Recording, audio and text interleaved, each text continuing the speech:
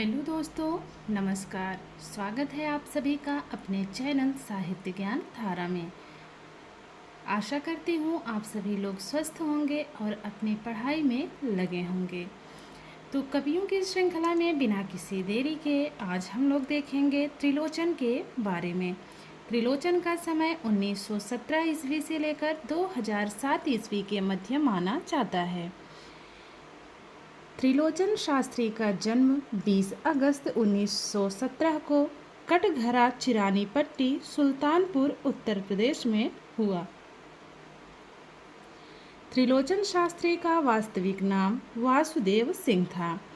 त्रिलोचन ने काशी हिंदू विश्वविद्यालय से एमए अंग्रेजी में एवं लाहौर से संस्कृत में शास्त्री की उपाधि प्राप्त की। त्रिलोचन शास्त्री प्रगतिवाद काव्यधारा के कवि हैं।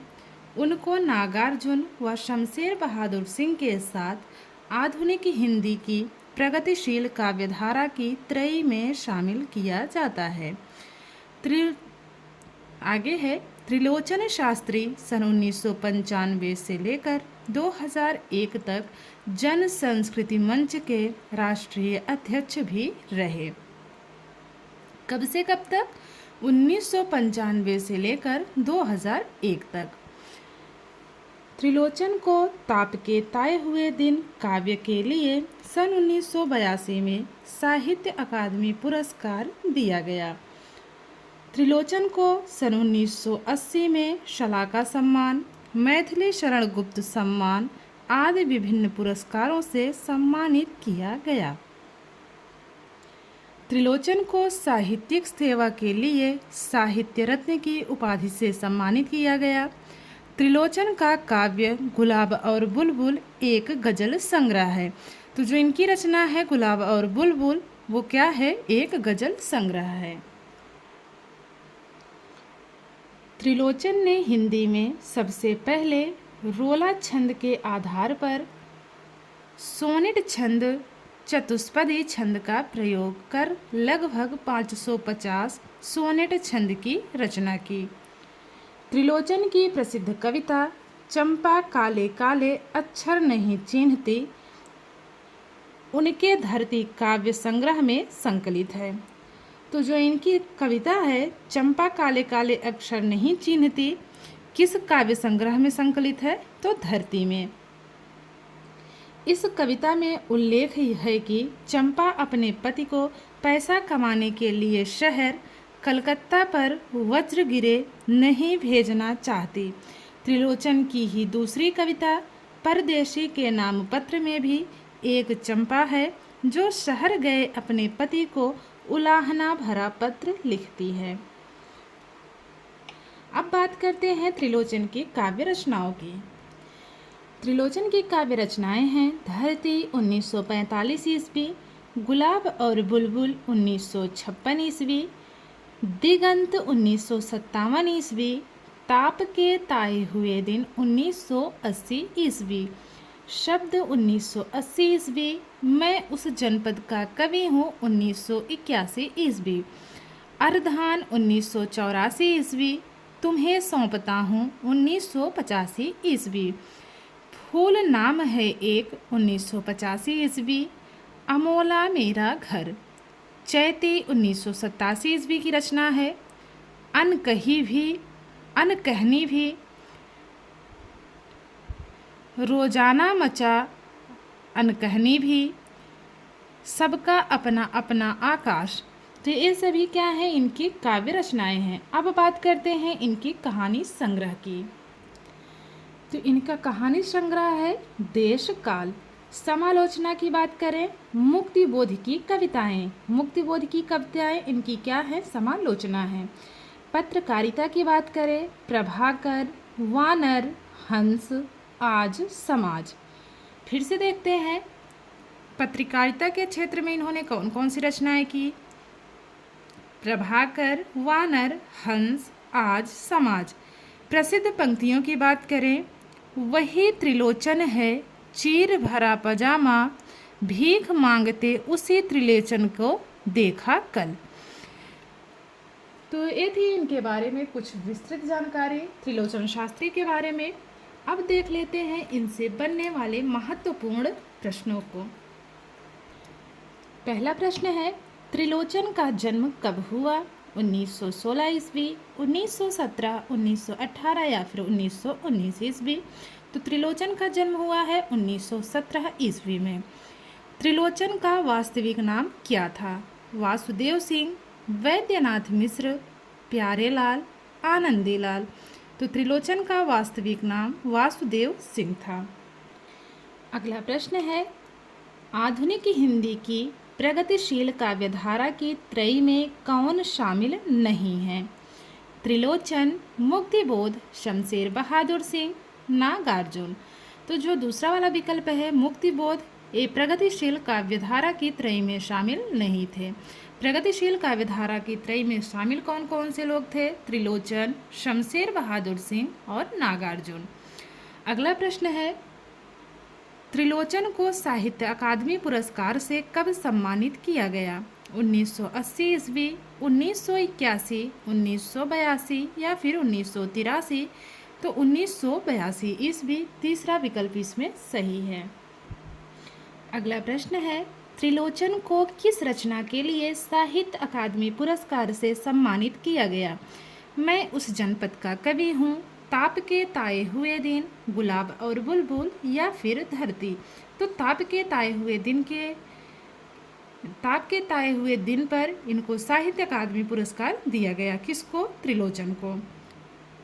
अगला प्रश्न है, त्रिलोचन को शलाका सम्मान से कब सम्मानित किया गया? 1980, 1981, 1982 या फिर 1983? तो पहला वाला विकल्प एकदम सही है, 1980 ईस्वी।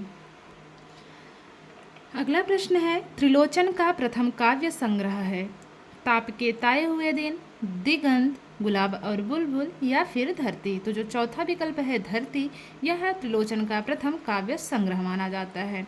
अगला प्रश्न है, त्रिलोचन का गजल संग्रह है ताप के ताए हुए दिन, दिगंत, गुलाब और बुलबुल या फिर धरती? तो इनका गजल संग्रह है गुलाब और बुलबुल। हिंदी साहित्य के वह कवि जिन्होंने अंग्रेजी के सोनेट छंद को हिंदी में प्रतिष्ठापित किया? त्रिलोचन, मुक्तिबोध, शमशेर बहादुर सिंह या फिर नागार्जुन? तो त्रिलोचन है, पहला वाला विकल्प एकदम सही है। अगला प्रश्न है, त्रिलोचन ने सोनेट छंद की रचना किस छंद के आधार पर की? उल्लाला, छप्पै, रोला या फिर कुंडलियाँ? तो रोला छंद के आधार पर की। अगला प्रश्न है, मुक्तिबोध की कविताएं आलोचनात्मक रचना किसने लिखी? त्रिलोचन, मुक्तिबोध, शमशेर बहादुर सिंह या फिर नागार्जुन? तो त्रिलोचन ने लिखी। त्रिलोचन का कहानी संग्रह है आकारों के आसपास, देशकाल, नैना जोगिन या फिर पानवाला? तो त्रिलोचन का कहानी संग्रह है देशकाल, दूसरा विकल्प सही है। त्रिलोचन ने काशी हिंदू विश्वविद्यालय से किस विषय से स्नातकोत्तर की उपाधि प्राप्त की? हिंदी, संस्कृत, अंग्रेजी या फिर उर्दू? तो अंग्रेजी है। त्रिलोचन ने लाहौर विश्वविद्यालय से किस विषय से पीएचडी की उपाधि प्राप्त की? हिंदी, संस्कृत, अंग्रेजी या फिर उर्दू? तो संस्कृत, दूसरा विकल्प इसमें एकदम सही है। त्रिलोचन की रचनाओं का प्रकाशन वर्ष के अनुसार सही क्रम किस विकल्प में है? गुलाब और बुलबुल, धरती, ताप के ताए हुए दिन, मैं उस जनपद का कवि हूँ? तो हमें इसमें जो है सही क्रम बताना है। दूसरा विकल्प देख लेते हैं। दूसरा विकल्प है धरती, गुलाब और बुलबुल, ताप के ताए हुए दिन, मैं उस जनपद का कवि हूँ। तो हमारा दूसरा वाला विकल्प ही इसमें सही है, तो आगे पढ़ने की आवश्यकता नहीं है अगला विकल्प। तो सबसे पहले धरती कब की है? धरती है 1945 की। उसके बाद है गुलाब और बुलबुल। गुलाब और बुलबुल का समय है 1956 ईस्वी। फिर नाम आता है ताप के ताए हुए दिन। तो ताप के ताए हुए दिन 1980 ईस्वी की रचना है। उसके बाद है मैं उस जनपद का कवि हूँ, 1981 ईस्वी की ये रचना मानी जाती है। तो जो दूसरा वाला विकल्प है वही हमारा सही है। त्रिलोचन का जन्म कहाँ हुआ? गोकुलपुरा आगरा उत्तर प्रदेश, मीरापुर मुजफ्फरपुर उत्तर प्रदेश, झगरपुर उन्नाव उत्तर प्रदेश, कटघरा चिरानी पट्टी सुल्तानपुर उत्तर प्रदेश। तो त्रिलोचन का जन्म हुआ है कटघरा चिरानी पट्टी सुल्तानपुर उत्तर प्रदेश। तो इसमें चौथा वाला विकल्प एकदम सही है। अगला प्रश्न है, त्रिलोचन के किस काव्य में 3 सॉनेट हैं, जिसमें एक माओ पर, दूसरा सुभाष चंद्र बोस पर और तीसरा महात्मा गांधी पर है? तो वो है शब्द। बात करते हैं अगले प्रश्न की। साम्यवाद के पथ में लीद किया करते हैं मानवता का पोस्टर देखा लगे रेकने। उपर्युक्त पंक्तियाँ त्रिलोचन के किस काव्य से ली गई हैं? ताप के ताए हुए दिन, दिगंत से, फूल नाम है एक, या फिर धरती से? तो इनकी रचना ली गई है फूल नाम है एक से। तीसरा वाला विकल्प इसमें एकदम सही है। यह किसने लिखा है कि त्रिलोचन का अर्घान जायसी और निराला के अर्घान से भिन्न है? यह ठेठ गवई का अर्घान है, इस दृष्टि से वे जायसी के अधिक निकट है। किसने कहा है? आचार्य रामचंद्र शुक्ल, डॉक्टर राम कुमार वर्मा, हजारी प्रसाद द्विवेदी या फिर बच्चन सिंह ने?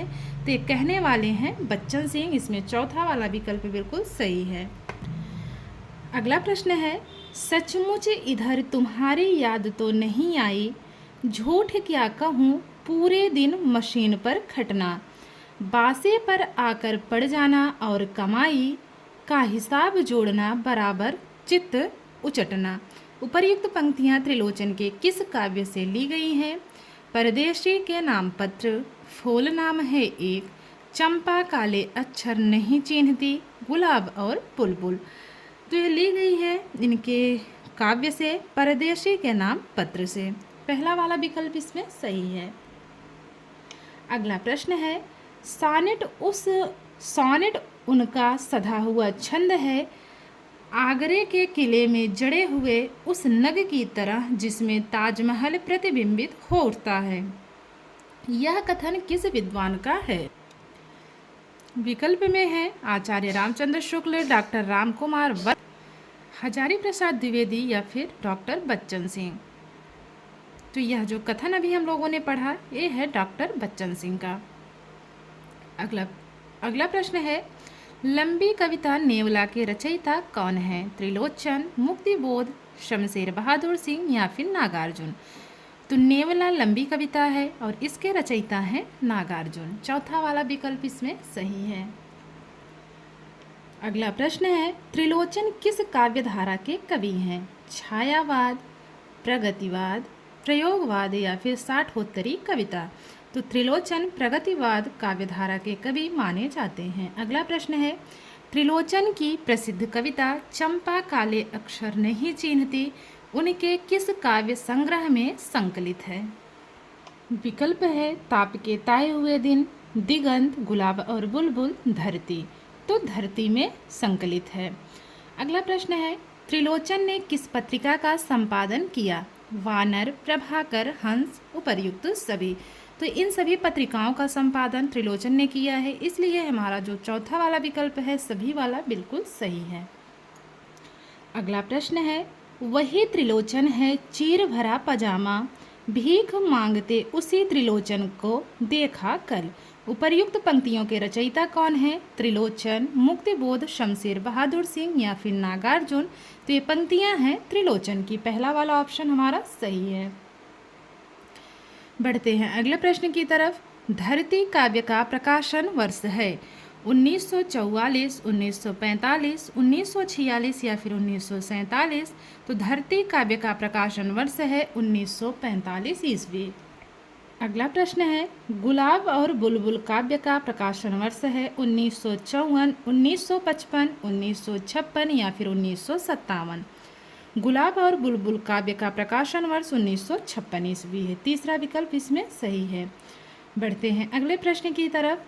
ताप के ताए हुए दिन काव्य कब प्रकाशित हुआ? विकल्प है 1917 ईस्वी, 1978 ईस्वी, 1976 ईस्वी या फिर 1980 ईस्वी। तो ताप के ताए हुए दिन काव्य का प्रकाशन वर्ष है 1980 ईस्वी। अगला प्रश्न है, इनमें से कौन सा काव्य त्रिलोचन का नहीं है? अब नहीं बताना है। तुम्हें सौंपता हूँ, चैती, मेपल, रोजाना मचा। तो जो त्रिलोचन का काव्य इसमें नहीं है वो है मेपल। तीसरा वाला विकल्प इसमें सही है।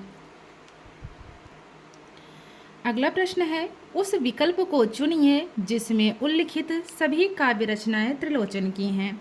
धरती, भस्मांकुर, मैं उस जनपद का कवि हूँ। तो ये वाला तो इनका नहीं है। अगला विकल्प है अर्धान, अनकही भी, शब्द, दिगंत, चैती। तो जो दूसरा वाला विकल्प है इसमें दिखाई पड़ रहा है कि सभी काव्य रचनाएं त्रिलोचन की हैं। तो दूसरा वाला विकल्प ही हमारा सही है।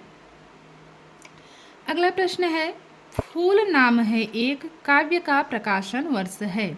1984 ईस्वी, 1985 ईस्वी, 1986 ईस्वी या फिर 1987 ईस्वी। फूल नाम है एक काव्य का प्रकाशन वर्ष है 1985 ईस्वी। अगला प्रश्न है, मैं उस जनपद का कवि हूँ काव्य का प्रकाशन कब हुआ? 1984, 1985, 1981 या फिर 1983।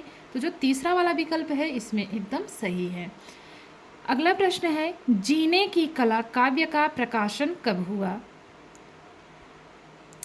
2004 ईस्वी, 2005 ईस्वी, 2006 ईस्वी या फिर 2007 ईस्वी।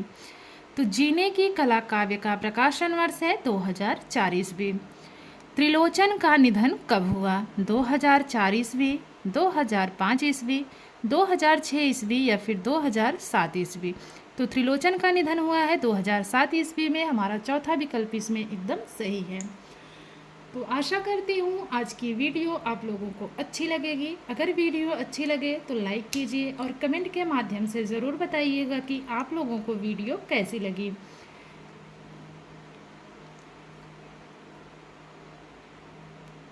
तो मिलते हैं कवियों की श्रृंखला में एक और कवि के साथ। तब तक के लिए सभी को जय श्री राधे कृष्णा, हर हर महादेव, नमस्कार।